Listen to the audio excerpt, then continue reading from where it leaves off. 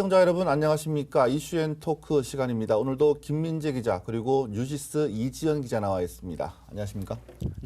안녕하십니까? 대구시가 LH 임직원 부동산 투기 사태와 관련해 진행한 대규모 도시개발사업지구 12곳에 대한 공직자 불법 투기 의혹 1차 전수조사 결과가 발표됐습니다. 먼저 이지연 기자가 조사 개요부터 말씀을 좀 해주시겠습니까? 네, 최홍우 대구시 행정부시장을 조사단장으로 40명 규모의 합동조사단은 지난 3월 15일부터 4월 5일까지 22일간 시 9군 대구도시공사 전 임직원 15,408명을 대상으로 1차 공직자 투기 의혹 전수조사를 했습니다. 한국토지주택공사 주관 사업지구인 연호공공주택지구 등 5개 지구와 또 대구도시공사 주관 사업지구인 수성의료지구 등 7개 지구로 총 12개 지구의 13,920필지에 대한 조사를 벌였습니다. 해당 필지에 대한 취득세 납부 자료를 바탕으로 조사 대상자의 토지 소유와 거래 내역을 확인했습니다. 그 결과 조사 대상 사업지에 부동산을 보유했거나 또 거래한 사실이 있는 공무원은 모두 16명에 21건이었습니다. 네, 그 16명을 보면 상속이 4명, 증여가 2명, 임용 전에 매입한 건이 1건이 있었는데 이렇게 이제 이런 분들은 이제 투기 의혹이 없다고 보고 이분들이 한 7명이거든요. 7명을 제외한 9명을 투기 의심자로 선별해서 대구시는 이제 심층 조사를 벌였습니다. 우선 이제 테크노폴리스 산업단지에 토지를 보유한 5명은 농지 원부를 소유했거나 농사 직불금을 수령해서 실제 농사를 지은 정황이 확인돼서 이제 투기 의혹에서 벗어났고요. 이제 남은 건 4명인데 나머지 4명은 연호지구에 부동산을 취득한 사례로 투기 의혹이 있다고 판단을 해서 대구시는 경찰에 수사를 의뢰했습니다. 이들은 대구시 공무원 3명과 수성구 공무원 1명입니다. 대구시 국장급 인사도 포함되어 있는 것으로 알려졌습니다. 급수별로는 4급과 5급이 각각 1명이며 6급이 2명입니다. 토지 매입이 3건, 건물 매입이 1건입니다. 네, 농지로 이제 그 부적합하거나 또 주말 농장으로 보기에는 매입금 대비 대출 비율이 상당해서 정당한 투자로 보기 어렵다고 판단을 한 겁니다. 또 건물 매입도 준공 전에 계약을 해서 소유권도 없는 상태임에도 잔금을 치른 점이 의심을 샀습니다. 대구시는 경찰 등 수사기관의 조사 결과에 따라 이제 조치를 하겠다는 계획입니다. 투기 정황이 있다고 결론이 나면 해당 공무원에 대해서 징계 처리할 방침입니다. 네, 뭐 정리를 좀 하자면 대구시 공무원 중에 4급과 5급 각각 1명, 6급 2명에게서 이제 투기 정황이 드러났다는 이야기인데 대구시가 1차 조사 결과를 발표하자마자 경찰이 좀 발빠르게 움직인 것 같아요? 예, 맞습니다. 대구경찰청 광역수사대는 지난 12일에 연호지구 투기 의혹과 관련해서 대구시청 도시계획과를 압수수색을 했습니다. 경찰 수사도 이제 본격화되는 분위기인데요. 압수수색을 통해서 경찰은 연호지구 부동산 투기와 관련해 필요한 LH와 대구도시공사 등에 대한 자료를 확보한 것으로 알려졌습니다. 그리고 경찰은 이제 확보된 자료를 분석해서 연호지구 부동산 투기 의혹에 대한 수사에 집중할 수 있도록 할 것이라고 이제 밝혔습니다. 네, 이제 대구시 입장에서는 공무원에 대한 조사가 끝났으니까 이번에는 약속한 대로 공무원의 배우자와 직계 존속, 직계 비속에 대한 조사도 들어갈 텐데 어떤 계획이 좀 되어 있습니까? 네, 대구시가 이제 1차 조사 결과를 발표하면서 2차 조사 계획에 대해서도 이제 밝혔는데요. 이달 중순부터 5급 이상 공무원 1,300여 명과 대구도시공사 전 임직원 177명의 배우자와 직계 존비속을 포함한 이제 대상자는 6,248명입니다. 이분들에 대한 이제 2차 조사에 들어갑니다. 하지만 공직자가 아닌 민간인이 대상인 만큼 개인정보 제공 동의서를 받아야 하는 탓에 쉽지 않을 거라는 전망이 아주 좀 우세합니다. 게다가 취득세 납부 자료를 활용해 토지 이제 거래 여부를 이제 확인을 해야 되는데 완벽하게 확인이 가능하다고 시청을 밝히고 있지만 차명으로 보유하는 행위에 대해서는 확인이 어렵다는 한계가 있습니다. 네, 1차 조사 결과에서도 개발 정보 유출 가능성이 있는 관련 부서에서 근무를 하거나 또 대구도시공사 임직원 경우는 단 1명도 나오지 않았다는 점에서 이제 실효성에 대한 우려가 또 현실화되는 게 아니냐는 탄식 섞인 의견들도 나오고 있습니다. 수사를 의뢰키로 한 4명도 사실 개발 부서 이력이 있는 공직자는 아닌 것으로 파악을 하고 있습니다. 관련 부서 공무원이나 대구도시공사 임직원이 제3자 명의로 토지를 보유하고 있을 가능성이 높은데 이번 배우자와 직계 좀비속을 대상으로 한 2차 조사에서 과연 어느 정도 밝힐 수 있겠냐는 지적입니다. 이번 2차 조사에서는 배우자와 또 직계 좀비속을 대상으로 하기에 또 개인적인 사정을 이유로 해서 개인정보 제공 동의서를 제출하지 않으면 사실상 강제적으로 할 방법은 없기 때문입니다. 게다가 2차 조사는 또 1차 때보다 또 이제 인원은 줄어들었지만 개인정보 제공 동의서를 하나하나 다 받아야 하기 때문에 조사 기간이 1달 반 정도로 더 걸릴 것으로 보고 있습니다. 조사 방법은 역시 같습니다. 네, 그 취득세 납부 자료를 토대로 이제 한다는 건데 과연 지금 부동산 투기 여부 규명에 적합한가라는 이제 의문이 든다는 좀 지적도 나오고 있습니다. 수사기관이 아닌 행정기관의 자체 조사로는 더 이상 밝혀내기 어렵다는 지적이 좀 나오는 이유이기도 합니다. 수사기관이나 세무기관의 지원을 받아서 행정력의 이제 조사 한계를 이제 보완해야 한다는 목소리도 높습니다. 우리복지시민연합이나 대구경제정의실천연합 같은 이제 시민단체들도 1차 조사 결과가 나오자마자 성명서를 내고 정부 합동수사본부에 철저한 수사를 요청하기도 했습니다. 네, 자신의 업무를 활용해서 투기를 한 정황이 속속 드러나면서 국민들이 공분을 사고 있는데 대구시청에서도 공무원들을 대상으로 한 조사 조금 사람들이 이해할 수 있게끔 그런 결과를 내줬으면 좋겠다는 생각이 듭니다. 예, 다음 이야기로 넘어가 보겠습니다. 지난 7일 서울시장과 부산시장 선거가 있었습니다. 이 선거 날 TK 의원 일부 의원들이 좀 불합리한 어떤 일들이 있어서 시민들의 공분을 또 사고 있는데요.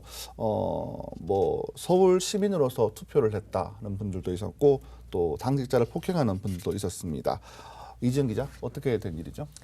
네, 2030 세대를 주축으로 해서 그 정권에 대한 불만을 드러냈다는 평가를 받고 있는 이번 재보궐선거에서 또 보수의 심장이라 불리는 대구 경북에서 의원들의 이 같은 무리가 이제 잔칫날 찬물을 끼얹었다라는 비난을 사고 있는 겁니다. 우선 대구 중남구의 지역구를 둔 그 국민의힘 곽상도 의원은 자신의 페이스북에 송파구 장미아파트 경로당에 마련된 제3투표소에서 서울시장 선거투표를 마쳤다. 이번 서울 부산시장 선거에서 진절머리 나는 문재인 정부를 심판해야 한다는 글을 게시했습니다.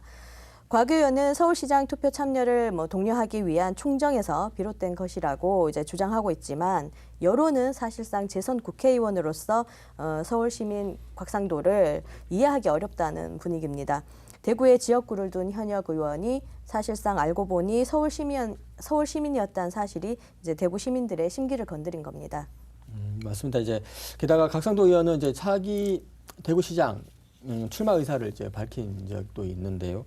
유력한 대구시장 출마자가 주민등록조차 이제 서울로 뒀다는 사실이 이제 크게 반감을 사고 있습니다. 사실 이제 곽상도 의원은 서울에도 집이 하나 있지만 대구 남구에도 집이 하나 있거든요. 네네. 주소지를 이제 이번에 서울로 투표 때문에 좀 옮겼던 것 같은데 한 네티즌은 이제 곽 의원의 SNS 글에 지역구가 대구인데 왜 주민등록이 서울에 있는지 이해가 안 된다. 이런 분이 대구시장 출마를 한다고 하니 좀 아이러니하다. 대구는 인구가 부족해 빌려올 처지인데 아쉽다. 뭐 이런 글을 남기기도 했습니다. 그런데 사실 이제 국회의원은 이제 거주지에 따른 피선거권 이제 제한이 없기 때문에 서울 송파구에 주민등록을 했다고 해서 이제 위법은 아닙니다. 네, 국회 공직자윤리위원회가 지난달 24일 공개한 국회의원 재산 신고 내역에 따르면 곽 의원은 이제 서울 송파구에 40평대 규모의 아파트를 한 채를 소유하고 있고 또 아까 말씀하신 것처럼 지역구인 남구에는 배우자 소유의 341제곱미터의 단독주택을 소유하고 있습니다. 사실상 법률상의 문제는 없는 겁니다. 네, 곽 의원 측이 한 또 언론 인터뷰에서 대구 시민들 입장에서 가서 투표하라고 안 그러던가요? 한번 대구 시민들한테 물어보세요. 라는 등 대구 시민의 한 사람으로서 당을 대표해 투표를 했다는 취지를 말하자 지역 시민단체들도 사실 비판에 가세를 했습니다. 대구경제정의실천시민연합은 주소지 이전과 투표, 또 투표 인증은 개인의 권리에 해당하는 사안이지만 곽 의원이 말한 대구 시민들이 특정한 사람들이 아니라 일반적인 시민을 의미하는 것이라면 이는 가볍게 넘길 사안이 아니다라고 날을 세웠습니다. 그러면서 국민의힘 윤리규칙 품위 유지 규정을 위반한 책임을 물어 과기원의 징계를 요구하기도 했습니다. 네. 제가 보궐선거 이틀 뒤에 이제 남구에서 열린 행사에서 과기원을 볼 수가 있었는데 뭐 축사를 하는 자리였습니다. 근데 평소 같았으면 여러 가지 말씀을 하실 정도 했는데 이날은 그냥 짧게 인사를 대신 하더라고요. 그만큼 마음고생이 심하다 뭐 이렇게 해석할 수 있을 것 같습니다. 자, 무리를 빚은 국회의원은 곽상도 의원뿐만 아닙니다. 송원석 의원도 부적절한 행동으로 큰 논란이 됐었죠. 예, 송원석 의원은 이제 경북 김천이 지역구입니다. 이 송원석 의원에 대한 징계 요구도 이제 다 안팎에서 비판치고 있는데 어떻게 된 일인지 보니 이제 송 의원이 이제 재보궐선거일 날 서울 여의도 이제 개표 상황실에서 자신의 자리가 마련돼 있지 않다는 이유로 당 사무처 직원의 정강이를 걷어차는 등 폭행과 욕설을 가했다는 그런 의혹을 받고 있습니다. 사무처 당직자들은 이제 성명을 내고 송 의원의 공개 사과와 탈당, 의원직 사퇴까지 이제 요구하고 나섰는데요. 송 의원은 처음에는 그런 적이 없다, 사실 무근이다라고 이렇게 밝혔다가 문제가 이제 계속 불거지자 다음날 이제 사무처를 찾아가서 폭행 사실을 인정하고 사과문을 전달했습니다. 거짓 해명 논란까지 나오며 당 안팎에서 이제 거센 논란을 좀 빚기도 했습니다. 국민의힘 홈페이지에는 송 의원의 제명을 촉구하는 항의글도 심심치 않게 이제 볼 수 있습니다. 네, 당원 등의 그 일부 누리꾼들은 제명을 안 하면 국민의힘을 찍지 않겠다. 또는 제명 안 할 거면 당명을 언석의 힘으로 바꿔야 되는 거 아니냐라는 등의 이제 거세게 항의를 하고 있습니다. 당 내부에서도 사실 송 의원을 강하게 처벌해야 한다라는 목소리가 나오고 있습니다. 그 차기 당권 주자인 그 부산 5선 중진 조경태 의원은 SNS를 통해서 송 의원의 잘못된 언행은 우리 당을 지지한 국민들에게 큰 실망을 안겼다.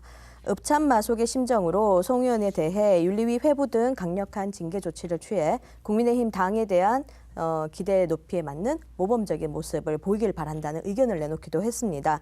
안팎으로 이제 비난이 거세지자 사실 11일 그 주호영 국민의힘 당대표 권한대행 겸 원내대표는 송 의원을 윤리위원회에 회부할 계획이라고 발표를 했습니다. 주 대행은 이번 주에 당원 당규 절차에 따라 이제 윤리위에 회부해 절차를 밟겠다고 했는데요. 오는 19일 날 징계 절차에 바로 착수한다는 계획입니다. 그래서 주 대행은 윤리적인 기준을 더 강화하고 이제 조금이라도 또 불미스러운 상황이 생겼을 경우에는 이제 상황을 그냥 넘어갈 수 없다라고 강조를 했는데요. 아무래도 그렇기 때문인지 정치권에서는 이제 중징계가 불가피하지 않겠느냐라고 보고 있습니다. 그 송 의원에 대한 또 윤리위에서는 제명 또는 탈당 권유, 당원권 정지, 경고 등 4가지 중에 한 가지를 골라서 징계가 결정될 수 있습니다. 이제 윤리위 결정 이전에 또 자진 탈당할 것이라고 또 일각에서는 예상하는 부분도 있습니다. 네, 이번 서울시장, 부산시장 재보궐선거가 국민의힘의 승리로 끝나지 않았겠습니까? 잔치일 분위기이기도 할 거지만 일부 국회의원들의 이제 몰지각한 행동들 때문에 또 문제가 좀 되고 있습니다. 그래서 국민의힘 내부 초선 의원을 중심으로 해서 특정 지역을 중심으로 한 어떤 이미지를 벗어야 한다. 이런 부분도 있기 때문에 TK 의원들께서는 좀 짚어볼 일이 아닌가 그렇게 생각이 듭니다. 네, 다음에는 대구백화점 등 토종 유통업체의 몰락에 대해서 이야기를 좀 나눠볼까 합니다. 대구백화점 본점이 오는 7월부터 영업을 중단한다고 합니다. 동성로에서 1944년에 문을 연 이후에 대구에서만 77년째 영업을 해왔는데요. 자, 동아백화점이 문을 닫은 걸 본 대구 시민들 입장에서는 이걸 단순히 그냥 지역의 유통업체 폐점으로 볼 수만은 없을 거라고 생각이 듭니다. 이 기자 먼저 대구백화점이 언제 문을 닫게 되는 겁니까? 네, 대구백화점 본점은 올해 6월 30일까지만 영업을 하고 무기한 휴점에 들어갑니다. 지난달 29일 이사회를 열고 본점을 잠정 휴점하기로 결정을 했습니다. 향후 임대와 또 리모델링 등의 또 다양한 수익 창출 방안을 모색한다는 계획입니다. 서울 명동에 해당하는 그 대구 도심의 중심지에서 70여 년간 또 대표적인 만남의 장소로 시민들과 함께했지만 결국 버티지 못했습니다. 대구 백화점 측은 그간 입점 업체들이 브랜드 철수를 거론하며 또 수수료 인하라든지 인건비 지원을 좀 증액해달라 이런 요구 등이 있어서 사실상 어려움이 컸다고 이제 토로를 했습니다. 지역민들에게 갖는 또 상징성이 워낙 크다 보니 내부적으로 고심을 했지만 감당하기 또 어려운 손실로 결국 문을 닫게 된 겁니다. 예, 대구 백화점 얘기를 들어보면 지난해 이제 본점하고 이제 프라자점 두 개가 있지 않습니까? 여기에 영업 손실을 봤더니 175억 원 정도 영업 손실을 봤다고 합니다. 2000년대 초에 이제 롯데백화점 대구역점을 시작으로 현대백화점, 신세계백화점 등을 비롯해서 이제 메이저 백화점들이 대구에 진출한 것도 한 몫을 했습니다. 설 자리를 점점 잃다가 이제 지난해 코로나19가 발발을 하면서 이제 결정타를 맞았다는 설명입니다. 휴점 결정이 나자 이제 본점 매각설이 이제 공공연하게 돌았습니다. 중국계 자본이 1,500억 원의 이제 인수 계약을 맺었다더라. 이제 상반기 중에 이제 매각을 공식화할 것 같다. 그리고 명예퇴직 시행도 고려하고 있다. 뭐 이런 얘기들이 이제 한간에 이제 소문으로 떠돌고 있습니다. 그러면서 이제 주식 시장에서는 이제 매각에 대한 기대감 때문에 대구 백화점 주가가 이제 크게 오르기도 했습니다. 네, 일단 여기에 대해서는 구정모 이제 대백 회장은 매각설에 대해서는 일단 부인을 했습니다. 네, 지난달 26일 이게 정기 주주총회에서 한 주주가 이제 매각설 진위 여부에 대해서 물었던 거죠. 그러니까 이제 구 회장이 몇 년간 긴 적자가 나는 상황에서 나온 이야기라고 생각한다. 현재는 회사 경영 활성화를 위한 다양한 대책들을 고민하고 있다면서 매각설에 대해서는 일단 결정된 바 없다는 라고 이제 일단 선을 그었습니다. 하지만 그 인수 계약 금액이라든지 또 시기까지 구체적으로 떠돌면서 매각설에 사실 힘이 좀 쏠리고 있습니다. 최근에 있었던 그 또 대백 본점 리모델링이 계획이 사실 유보된 것도 이를 뒷받침하는 게 아니냐는 겁니다. 그래서 일각에서는 구 회장의 그 결정된 바 없다라는 언급이 사실상 언제든 결정할 수 있다는 여지도 남긴 게 아니냐는 해석도 나오고 있습니다. 네. 일단 그 지역 자본으로 운영하는 거의 이제 유일한 메이저급 지방 백화점이지 않습니까? 그래서 이제 이 대구 백화점이 문을 닫게 되면 이제 토종 유통업체는 이제 모두 사라지게 되는데요. 지역민이 이제 쓴 돈이 지역에 이제 재투자되지 못하고 외지로 유출되는 것에 부작용을 이제 걱정하는 목소리는 늘 있어 왔습니다. 향토기업 매출은 지역 경제와의 상호 부조라는 기대 효과가 있는 만큼 외지 업체에는 이제 기대하기는 어렵습니다.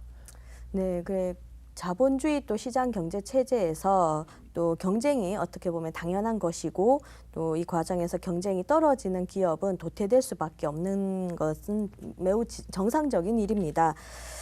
하지만 이제 서울이나 수도권 또는 대형 메이저사를 선호하는 그런 사회적인 흐름이 과연 이제 경제 분야에서 먼저 지금 뚜렷하게 나타나곤 있지만 정치나 또는 사회 분야로까지 이제 언제든 번져갈 수 있다는 우려가 같이 나오고 있습니다. 네. 4월 중순이 지나가고 있습니다. 6월 말까지 대구백화점 동성로 본점이 운영을 한다고 하니까 이제 한 달 조금 지나면 이제 더 이상 볼 수 없을 것 같은데 아쉬운 마음에 우리 예전 이야기를 해보고 싶습니다. 대구백화점에 대한 추억 하나쯤 다 있을 것 같은데 말씀 한번 해주시겠어요? 김민재 기자부터. 대구백화점 저는 이제 추운 겨울날 대구백화점 앞에서 약속을 잡으면 항상 안으로 들어갔어요. 네. 따뜻하니까. 그래서 이제 친구들 만나고 여름에도 마찬가지고 저는 시원하니까. 네. 네. 그래서 그런 만남의 장소가 되게 좀 많이 기억에 좀 남고 그리고 지금은 대백이라 그러면 대구에서 대구 사람이면 모르는 분들이 없잖아요. 네, 그 정도 그 상징성 하나만으로 해도 대구 백화점은 대구에서는 뗄래야 뗄 수 없는 존재인 것 같습니다. 네. 이지영 기자는 어떤 추억 갖고 계십니까? 보통 대백에서 만나자라는 건 아마 대구 지역 시민들이면 누구나 한 번쯤은 들어봤을 텐데요.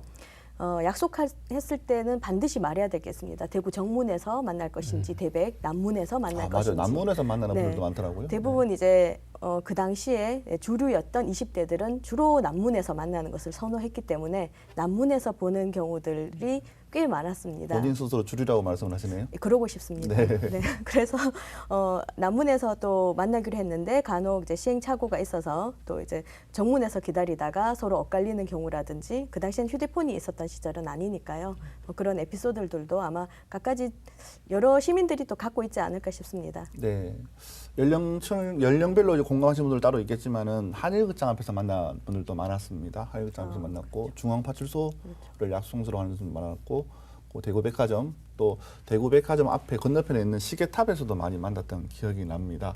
다 없어졌어요. 대백 하나 남아 있었는데 이제 6월 말이면 대구백화점 동성로 본점도 없어진다고 하니까 대구 시민들 많은 추억을 좀 아리는 분들이 있을 것 같습니다. 대구백화점 본점이 한때 이제 대구 시민들의 만남의 장소였다는 것은 어떻게 이제 뭐 부정할 수는 없는 것 같습니다. 30대 이상, 40대, 50대 시민이라면 누구나 대백 앞에서 한번 만나자 뭐 이런 이야기 한 번쯤은 해봤을 겁니다. 그 당시는 휴대폰이 없던 시절이기 때문에 대백이 만남의 장소였습니다. 경제계에서는 토종 유통업체가 사라지는 데 대한 우려를 표하고 있습니다마는 시민들은 대백과 관련된 추억마저 없어지지 않을까 걱정입니다. 이슈앤토크를 마치겠습니다. 시청해주신 여러분 고맙습니다.